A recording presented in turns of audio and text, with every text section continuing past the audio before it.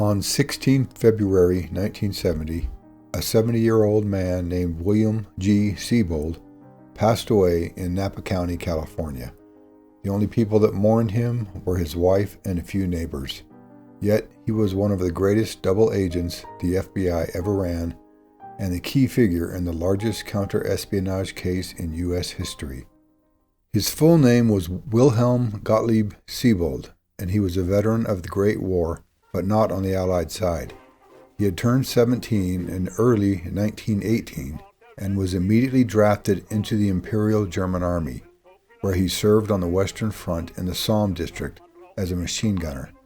He served 8 months on the front line, enduring combat, gas attacks, disease, and malnutrition. After the war, Sebold escaped a chaotic Germany by signing onto a German tanker and jumping ship when it hit Galveston, Texas. He learned English as he took a variety of odd jobs and found in America a freedom and opportunity that his homeland lacked. Though he had promised himself he would never return, he stowed away on another German ship to take care of his mother. A year later, in 1924, he signed on to another ship headed for South America, jumping ship in Chile. He returned to the United States in 1929, this time as a legal immigrant. In 1931, he married Helen Buchner, a German immigrant like himself. In spite of the economic depression and the difficulty of finding work, he found in America a new home. On 10 February 1936, he became an American citizen. For Sebold, this was no mere formality. He took the oath of citizenship very seriously. So, still recovering after an ulcer operation and with his mother again struggling back in Germany, Sebold, passport in hand, left his wife behind and returned to Germany, believing that his American citizenship would protect him from what was now a Nazi Germany while on the road to war. On 11 February 1939, he arrived in Germany and found his American passport. Both allowed him entry and highlighted him to 2 German officials who extensively questioned him on his work in America. These 2 Germans were very interested in his previous employment with the Consolidated Aircraft Corporation in San Diego, California. The interrogation concluded with the words, "You will hear from us." About 4 months later, Bill Sebold started working at the German factory Siemens Schusterwerk, and about a month after that, he received a confusing letter asking to meet him at the Hotel Duisburger Hof the next Sunday to talk over old times. It was signed Dr. Gassner, a name completely unfamiliar to Sebold. Worried about the letter, Sebold showed it to friends who agreed that it was very suspicious and advised him to call the Gestapo. He did, and the Gestapo told him to go to the meeting and they would cover him to see who showed up, except Dr. Gassner was a no-show. Sebold wrote a letter to the return address expressing both his suspicions and disappointment. Dr. Gassner wrote back apologizing, asking when they could try again, which Sebold ignored. This provoked a third letter from Dr. Gassner, threatening to force the meeting with the assistance of the Nazi state. Sebold agreed to meet at his mother's house in Mulheim. In early August of 1939, Dr. Gassner showed up and quizzed Sebold extensively about various military subjects, and then was invited by Dr. Gassner to travel back to the United States as an espionage agent of our society. A shocked Sebold flatly turned down this invitation, so Dr. Gassner told him that his society would pick out the suit Sebold would be buried in. This threat Sebold took seriously. He asked for and received the rest of the month of August to consider the proposition. Before his time was up, he visited the American consulate in Cologne, where he showed Dr. Gassner's threatening letter to a young clerk, whose response was basically, "It sucks to be you." Out of options, Sebold returned to Mulheim and accepted Dr. Gassner's proposition. Within days of his agreement, Germany invaded Poland, the Second World War was on, and Bill Sebold, an American citizen, was in serious trouble. He had no intention of spying for Dr. Gassner, but agreeing to do so was his only way out of Germany. He awoke one morning to find his passport missing.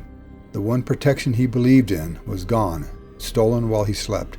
Later that day, perhaps not so coincidentally, he had his next meeting with Dr. Gassner, who introduced him to Dr. Rankin, Sebold's controller or case officer. Dr. Rankin's true name was Nikolaus Ritter, an intelligence officer for the Abwehr, the Nazi Secret Intelligence Service. Ritter worked for Abwehrstelle Hamburg, the section that targeted Great Britain and the United States. For the Abwehr, William Sebold, an American citizen of German heritage with engineering experience, was a perfect candidate to gather critical intelligence for the fatherland. Sebold returned to the Cologne consulate to replace his passport and was able to meet with the consul general, Alfred W. Kleiforth. Sebold showed him an incriminating letter from Dr. Rankin and described his predicament. Kleiforth listened but told him, "We cannot help you." Sebold was desperate, fearing no help was coming from his adopted country, while his former homeland threatened his life if he did not spy for them. But Kleiforth had not completely disregarded Bill Sebold. He had sent a dispatch back to Washington describing Sebold's plight and passed along Sebold's request to be met by State Department officials when he arrived in New York. Sebold, however, knew none of this and no doubt felt he had been left to the wolves. His Abwehr espionage school in Hamburg trained him in Morse code, how to operate a radio key, and how to encrypt and decrypt messages using a book cipher, which used letters or words on a specific page to encrypt messages. In this case, it was Rachel Field's best-selling historical romance, All This and Heaven Too. He was taught how to use a Leica camera with a special lens to photograph documents and blueprints, and how to turn them into a microphotograph the size of a postage stamp. He learned how to use a microscope to read microdots that were the size of a period on a typed page, and how to find these Mikropunkt on any letters he received from Germany. Before his departure, he was given 2 leather money pouches. The first, containing $500 in $5 bills, was for him to purchase a Leica camera and radio transmitting gear that would allow him to transmit directly to Hamburg. The second was another $500 in $10 bills as payment for an agent already operating in New York. This agent was Everett Roeder of Merrick, Long Island. In Sebold's watch were secreted 5 microphotographs, 2 containing instructions for Sebold. The rest were for 3 separate agents, including Roeder, a man called Colonel Duquesne, and a woman, Lily Stein. Sebold's instructions included finding and recruiting a radio operator to assist in all his radio transmissions, joining the National Guard to pursue firearm developments, obtaining employment at an aircraft factory, and avoiding associating with Germans. He was also provided with 3 addresses that would act as mail dead drops: Shanghai, China, and Sao Paulo and Coimbra, Portugal. He was told to use the alias of Harry Sawyer. Sebold probably never knew the Abwehr assigned him the code name Tramp.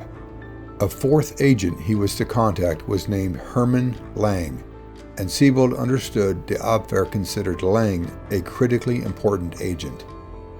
No doubt, in an attempt to ingratiate himself with his handler, Sebold declared, "I might bring back the famous American bomb site and give it to you as a present."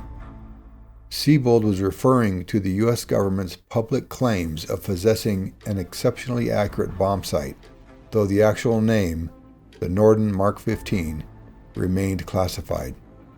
Rankin Ritter shockingly responded with, "Don't bother about it.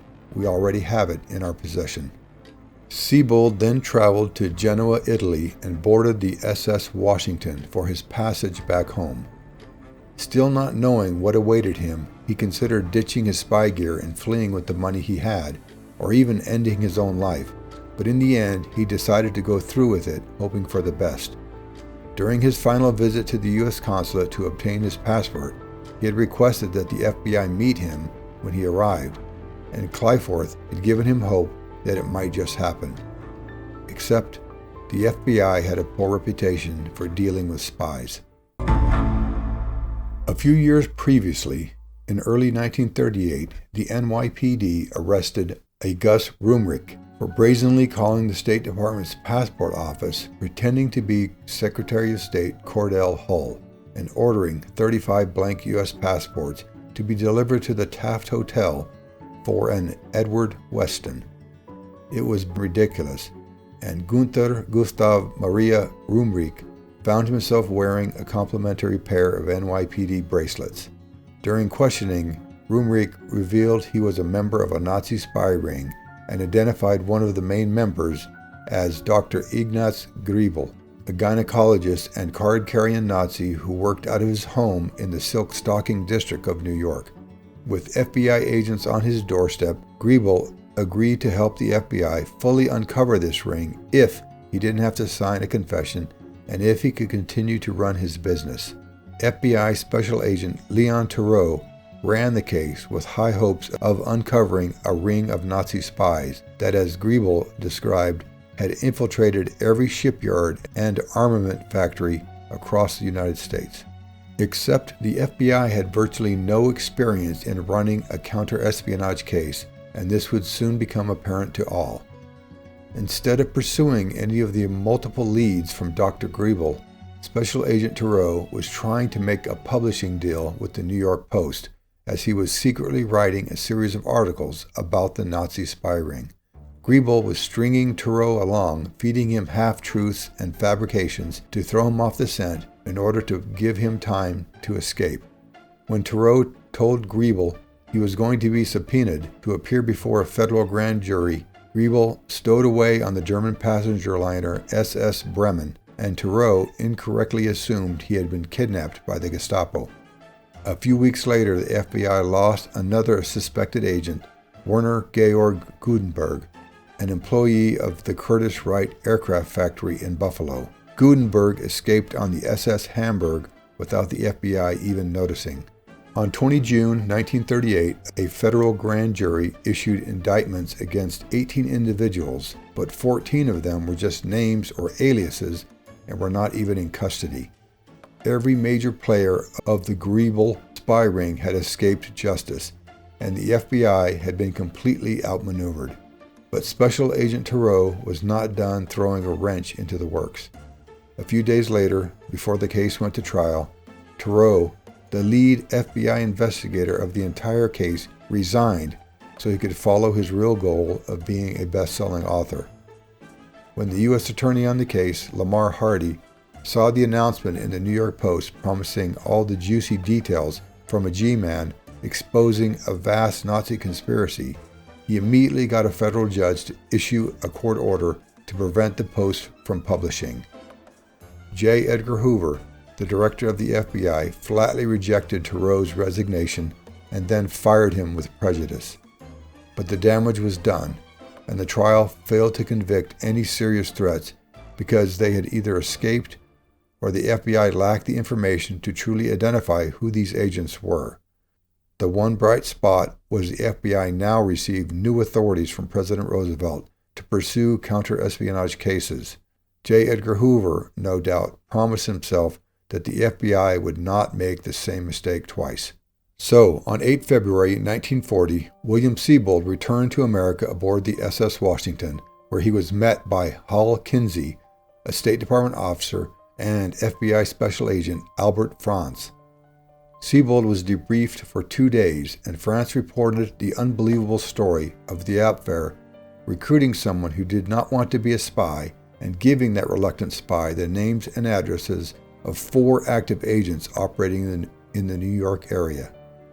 Hoover took this incredible report directly to President Roosevelt. By 10 February, Sebold had agreed to work with the FBI to investigate this entire network. Though the term hadn't even been invented yet, William Sebold had just become the first double agent the FBI ever ran. Sebold then went to work, employed by the FBI for $50 a week. His first operational act was to send a coded postcard back to Germany indicating that he had arrived safe and wasn't being followed. Over the following days, he purchased a Leica camera and met his handler, or body man, James Claridge Ellsworth, an FBI special agent fluent in German from serving a nearly 3-year Mormon mission to Weimar Republic Germany from 1927 to 1929. With only 5 years in the FBI, Ellsworth earned his way to Assistant SAC, Los Angeles, and was a recent graduate of the FBI's new 5-day espionage course.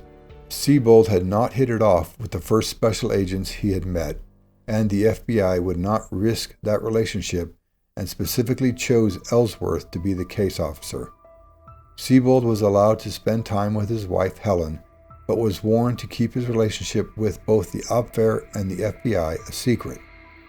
In fact, Sebold struggled. He didn't like lying to his wife and felt the FBI weren't trusting him or treating him well, and he wanted to quit almost before the case got started. He and Ellsworth had a long talk. Sebold was honest almost to a fault. FBI Special Agent Foxworth, also on the case, feared that Sebold might accidentally give himself away to the Nazi agents he would be meeting. Sebold himself was shocked that the Abwehr even trusted him with this assignment, knowing that he had been pressured against his will. In addition, Sebold was in poor physical and mental health. This did not bode well for a man who would be at the center of a major FBI counterintelligence investigation. Ellsworth sent Sebold to see Dr. Philip Goodhart, an expert in nervous disorders. Though Agent Foxworth was worried about Sebold's suitability for this investigation, Agent Ellsworth was not. Ellsworth believed in Sebold and ensured Sebold got rest, good food, and was able to see his wife every evening and all day Sundays. Sebold was operational and began contacting 3 of the agents he was to work with: Everett Roeder, Colonel Duquesne, and Lily Stein. The first to respond was Lily Stein, who openly admitted she prostituted herself to attract influential and powerful men in order to gather intelligence. Sebold passed to Stein her instructions in the microphotograph that had been concealed in his watch. The FBI bugged Stein's telephone at the first opportunity. Sebold's next contact was Frederick Fritz Jobert Duquesne, an experienced 60-year-old spy with one fatal flaw: he could not shut up. He loved being the center of attention and would regale anyone who listened with stories, some complete fabrications. He was a liar who needed to be at the center of attention almost anywhere he was. Duquesne operated from his false front business, Air Terminals Company, based in a 34-story skyscraper at 120 Wall Street on the East River. Duquesne was of South African extraction, a naturalized American citizen who professed a deep hatred for Great Britain and great sympathy for Germany and her allies from the Great War. Surprisingly, he forgave Germany and the U-boat captain that killed both his parents by sinking the British liner Lusitania on 7 May 1915. Duquesne obtained intelligence by simply writing industrial manufacturers for data on whatever particular piece of technology they were working on, asking for information for an article he was writing or a presentation he was giving, and the manufacturers were invariably happy to send him the information he requested, which he immediately turned into intelligence reports for the Abwehr. He was most definitely not a gray man, and in fact had worked at numerous magazines and newspapers where he would write travel stories and articles with himself as the main character in multiple historic events. He was also perhaps the most paranoid, wary of hidden microphones or of being followed by security officials, so much so that his provocative and aggressive counter-surveillance techniques designed to expose any counter-surveillance would also inadvertently confirm suspicions of any actual counter-surveillance operatives that he was indeed a trained spy employing obvious fieldcraft to determine his surveillance status. But the reality was that in the world of naive American counterintelligence operations, the risk of arrest was low, so Duquesne produced an impressive amount of intelligence for the Abwehr. Duquesne lived with his girlfriend, Evelyn Clayton Lewis, an American citizen who was completely witting of what Duquesne did for a living and sometimes assisted him. Sebold gave Duquesne his microphotograph of instructions from the Abwehr, and the FBI team bugged Lewis's apartment. Next, Sebold met Everett Minster Roeder, born and raised in the United States and a valued employee of Sperry Gyroscope. Sperry gyroscope produced, among other things, a bomb sight that was much less famous than the Norden bomb sight and possibly more accurate. It also designed and built the gyroscopic autopilot used by Norden. Roeder, however, had intricate instructions for how Sebold would meet him, necessitating a full team of FBI surveillance to ensure Sebold was both covered and not exposed by the FBI. Roeder met Sebold saying, "You are Harry Sawyer," demonstrating he was in active communication with Hamburg, the Abwehr office that ran Sebold. Sebold flipped the script and asked to see Roeder's identification before giving Roeder his microphotograph and the $500 in cash. Roeder wasn't impressed with the money, declaring he was owed $2,000. In fact, Roeder threatened to quit as the Abwehr had promised him $200 a month. Nevertheless, Roeder gave Sebold a briefcase containing documents he had stolen from Sperry Gyroscope. Sebold told him he would make micros of all the documents and mail them to Hamburg. In reality, the FBI conducted a detailed review of Roeder's products to determine any compromise in national security and either doctored the documents or removed them entirely, depending. Sebold was always uncomfortable in Roeder's presence, as Roeder, though blind in one eye, was a major gun nut and brandished a Walther semi-automatic at that first meeting, while bragging about all the other guns he owned. During subsequent meetings, Roeder would take Sebold on long drives in the country. Sebold realized that if Roeder ever figured out Sebold's true loyalty, Roeder would kill him and dump his body in the woods on any of those trips. Sebold's next contact was Hermann Lang, the Abwehr spy working at Carl L. Norden Incorporated. Sebold met Lang and on behalf of the Abwehr offered Lang an invitation to return to Germany via Japan and Russia, where his technical expertise could be put to excellent use in German factories. Lang responded that he was now an American citizen and had no desire to return to the fatherland. Though Lang confirmed he indeed worked at Carl L. Norden Incorporated, he denied sending any plans to Germany, pretending to be confused by the entire offer. Sebold left the uncomfortable meeting before Lang had the opportunity to boot him, and duly reported the situation to Hamburg. Though the case was progressing well, within the FBI the entire operation was on the verge of crumbling, and not due to any fault of the FBI. The truth was, the beginning of this case coincided with the phony war, that 8-month period between the fall of Poland and the blitzkrieg through the Low Countries into France, and many senior American politicians were seriously worried over the counterintelligence powers invested in the FBI after the failure of the Greel case. Americans were beginning to believe that perhaps a huge conflagration in Europe wouldn't happen after all, and some politicians were prepared to revoke the FBI's authorities. In fact, for a time it appeared that J. Edgar Hoover was on his way out. Then Germany invaded Denmark and Norway on April 9th, and the threat of stripping the FBI of these new powers began to evaporate. A month later, Hitler invaded Holland, Luxembourg, Belgium, and France, and the FBI's counterintelligence investigation, centered on William Sebold, went forward unhindered. On May 15th, Sebold found a strange letter in his P.O. box. The letter, addressed to his alias, Harry Sawyer, written in German, proposed a meeting. Sebold followed the instructions and met Erwin Siegler, a German naturalized American citizen who worked as a butcher on the SS Manhattan, but was a covert courier for Referat IM of Hamburg, the Abwehr office for gathering Kriegsmarine intelligence. Siegler informed Sebold he was delivering materials to him on behalf of a man named Gerhoff. Sebold, realizing this was a completely separate cell, did not miss a beat and asked to meet Siegler's friend.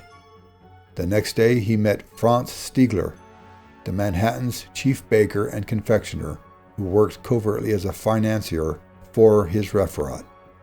Knowing that Roeder was owed money, Sebold was able to obtain $240 for him from Stiegler, while FBI agents filmed the entire meeting from a truck parked nearby. The FBI acquired heavy-duty radio gear and successfully established contact with Hamburg as if they were Sebold.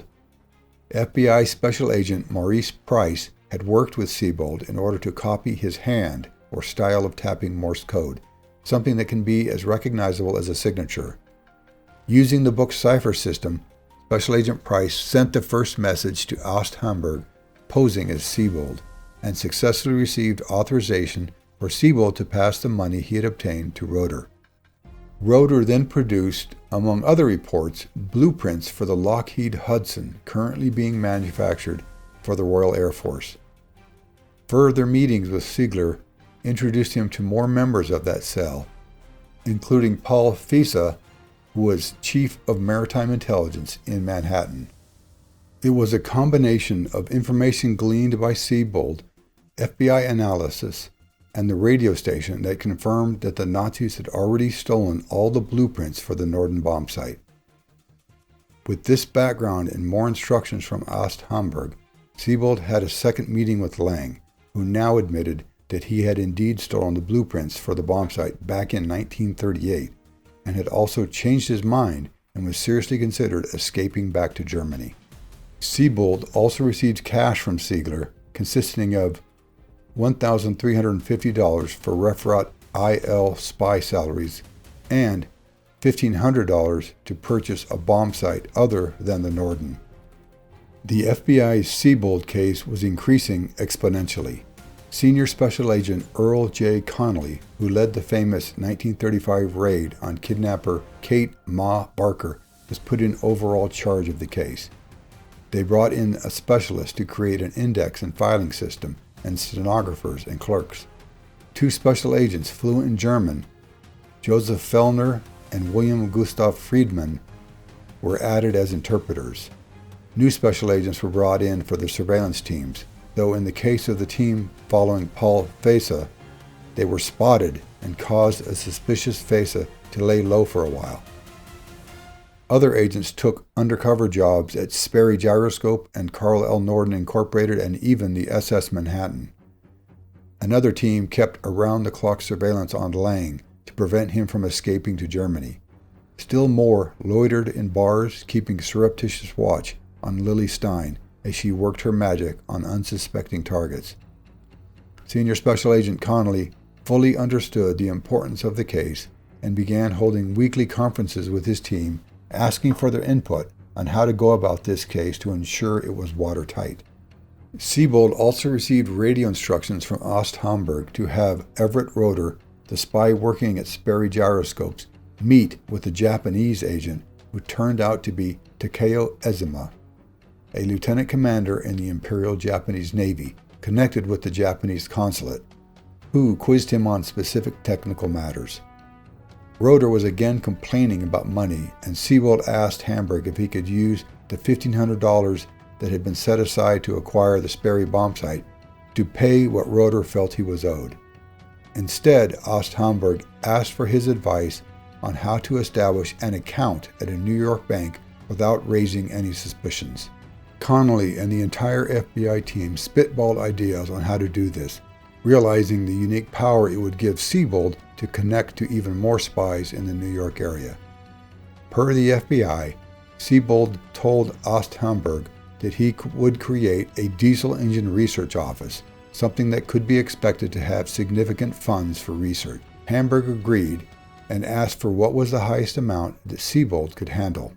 By late November 1940, the FBI had rented 2 offices on Broadway and 42nd Street on the 6th floor of the former Knickerbocker Hotel. The larger office was labeled William G. Sebold, Diesel Engineer, which became Sebold's primary workspace. The neighboring office was soundproofed and set up with the latest recording gear and a motion picture camera that shot through a 2-way mirror. The 2 special agent linguists, Friedman and Fellner, listened in on headphones to conversations Sebold had with visitors. With money in the Chase National Bank wired via Mexico, Hamburg deposited a total of $16,500. Sebold started meeting agents, and now instead of the FBI trying to get recordings, pictures, and film footage from a safe distance, the spies were coming to them. Sebold was proving to be an apt double agent, pulling information out of spies that would both lead to further spies and that would incriminate them in a court of law. One of these new agents was Karl Rupper, also a graduate of the Hamburg spy school and leader of a cell of agents operating out of New Jersey. Rupert declined Sebold's offer to work together, declaring that he had been ordered to keep his cell separate. Sebold did not try to convince him, knowing that Connolly would simply assign new surveillance teams to follow Rupert and identify everyone he met with. Paul Fesa mentioned a fourth cell that worked from the Little Casino Bierstube, an establishment owned by Richard Eichenlaub. The spies in this network were more open in their support of Nazi Germany by their continued membership in the DAB, the Deutsche Amerikanische Berufsgemeinschaft, a German workers' party affiliated with the workers' parties back in Germany. The problem with Fesa was that he was getting nervous about his work and regretted his decision to spy for Germany. He confided to Sebold that he was accepting a position as a cook on the SS Siboney and planned to jump ship in Portugal and make his way back to Germany. The FBI did not want a single spy to get away, so they arrested him and charged him with mailing shipping information, a violation of the Foreign Agents Registration Act. Fesa found himself sentenced to 1 year in prison.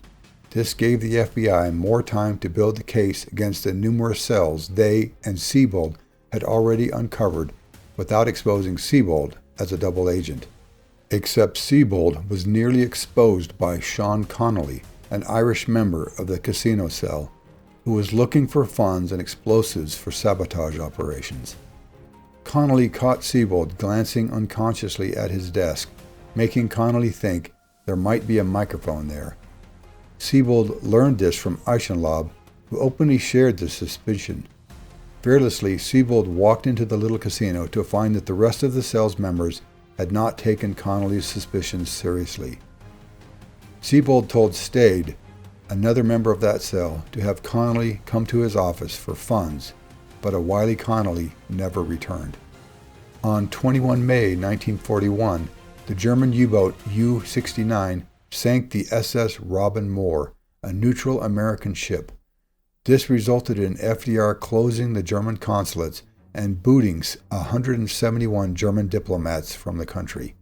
On the 20th of June, the FBI was forced to arrest the couriers Ziegler and Stigler before their departures would put them out of the FBI's reach. To protect Sebold, they were arrested under the flimsy excuse of attempting to leave the country without notifying their draft boards. The Abwehr spies were getting nervous because of the rising tensions between the United States and Germany.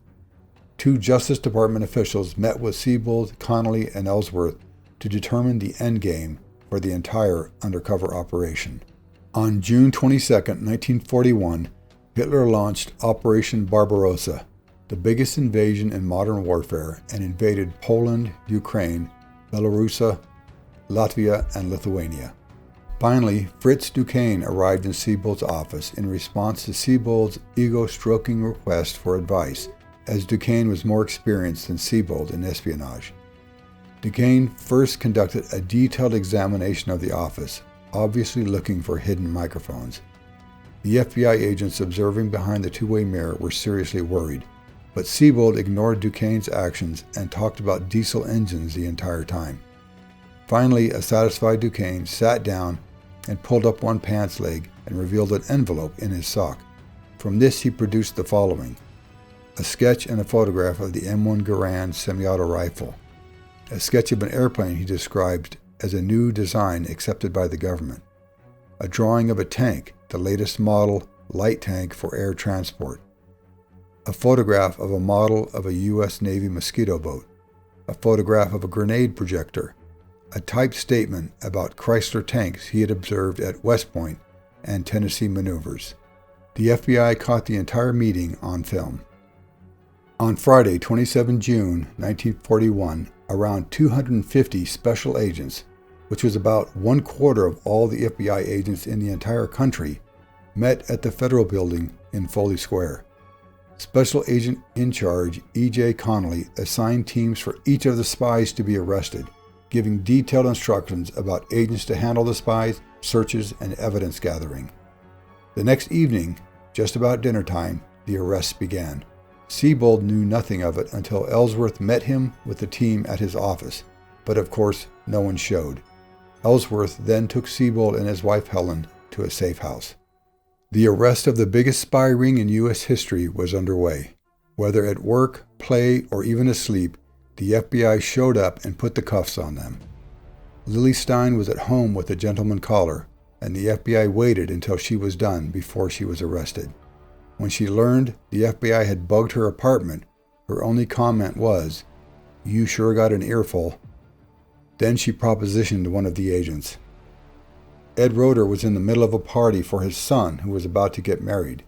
The agents did not disrupt the party and later reportedly found over 100,000 rounds of ammunition and numerous weapons in his basement. Herman Lang was arrested at a weekend away cabin with his wife. Duquesne was arrested by his neighbor, Ray McManus, who was actually Special Agent Newkirk. He and his girlfriend, Lewis, were led away in handcuffs. In total, 3 women and 30 men were arrested. Only one suspect escaped, the Irishman Sean Connolly. 2 Japanese agents identified in the organization were not arrested at the request of the State Department. The next day, J. Edgar Hoover allowed the story to break. Hoover also identified Fritz Duquesne as the most important member of the ring, likely to obfuscate the fact that Herman Lang had successfully copied all the blueprints for the Mark 15 Norden bomb site and passed them to the Abwehr 2 years previously. Hoover purposely did not mention the radio station, the bugged and monitored office on 42nd Street, nor William Sebold.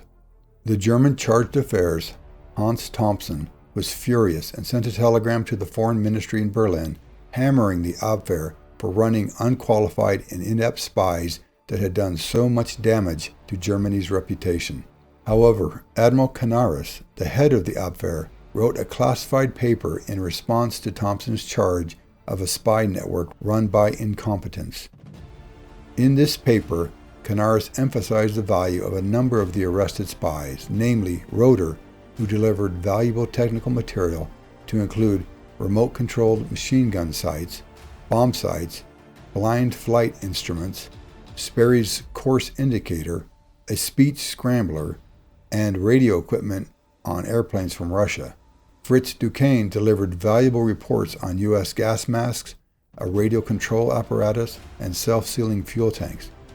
But the highest praise was for Herman Lang, who had provided reporting that was important and decisive in the prosecution of the war. All of this Canaris wrote before the Abwehr realized they had unwittingly recruited a double agent. All the arrested spies were charged with violating the Foreign Agents Registration Act with a max penalty of 2 years and the Espionage Act with a max penalty of 20 years. Sebold, of course, was worried about his family still in Germany, and the FBI admitted that all they could do for him was to try to get them out after the war was over and reassure him that he was not an informer, but rather a counter-spy of the FBI. Sebold was satisfied and testified. Though he faltered once or twice, with defending attorneys getting the best of him, overall, his testimony was completely damning. Many of the accused pled guilty, and of those that went to trial, many tried to blame Sebold for threatening them and forcing them to spy for Germany. The jury didn't buy it, and one defendant, Schultz, when he was called to the stand to be sworn in, absently gave the Hitler salute. On Friday, December 5th, the court adjourned for the weekend. On Sunday, the Japanese Empire attacked Pearl Harbor. However, this event did not ensure any guilty verdicts. It was the FBI's case and the testimony of William Sebold. The jury began deliberations at 1 p.m. on December 12th. Just before midnight, they returned all guilty verdicts. Lang and Duquesne, the most damaging spies, each received 18 years in prison. Roeder got 16. Other lesser spies received anywhere from 18 months to 10 years. The 33 convicted spies received in total over 250 years of prison time. Sebold, however, was already gone. When his testimony had concluded, the FBI had put him and his wife in a safe place, where they lived the rest of their lives in peace. The FBI did such a good job of protecting him that when he passed away in 1970, not a single newspaper wrote an obituary. So if you happen to travel in Contra Costa County, California, stop by the Queen of Heaven Cemetery in Lafayette and perhaps leave a Roosevelt dime on the stone of William G. Sebold in remembrance of a true American who served his country with honor and at great risk to his life.